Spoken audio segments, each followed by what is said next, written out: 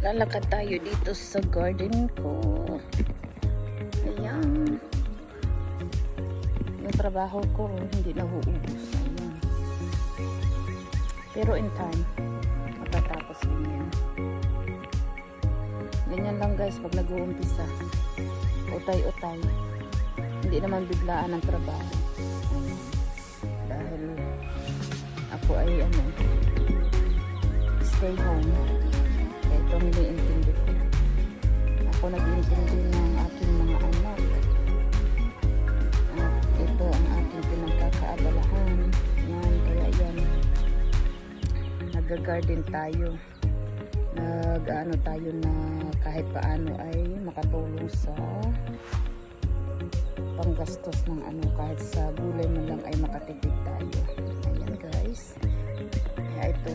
Kahit dito, ito lang, kahit ito mga trabaho ito, dahil hindi naman natin pwedeng iasa ang ating lahat ng gawain sa kasama natin sa buhay. Kaya ayan guys, okay lang yan guys. Bago lang kami dito sa lugar na ito, kaya ganyan pang hitsura ng aming lugar. Pero ayos lang yan, ganyan ang buhay.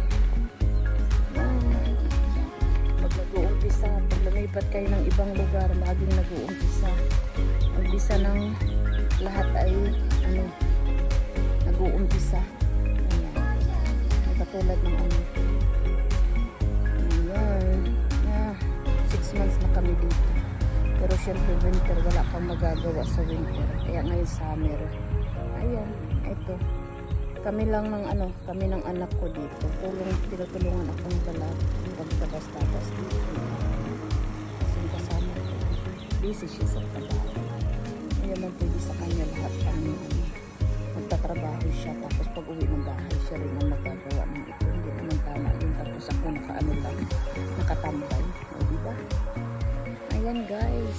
Ayaw niya naman akong pagtrabahuin. Kaya ito na lang ang ginagawa ko. May chance dito ako. Ayan. Habang tuwing umaga dito ako at hapon. Kasi sa tanghali guys, 11 o'clock, grabe ang init, sobra. Ayan lang guys, maraming salamat sa panonood ng aking videos.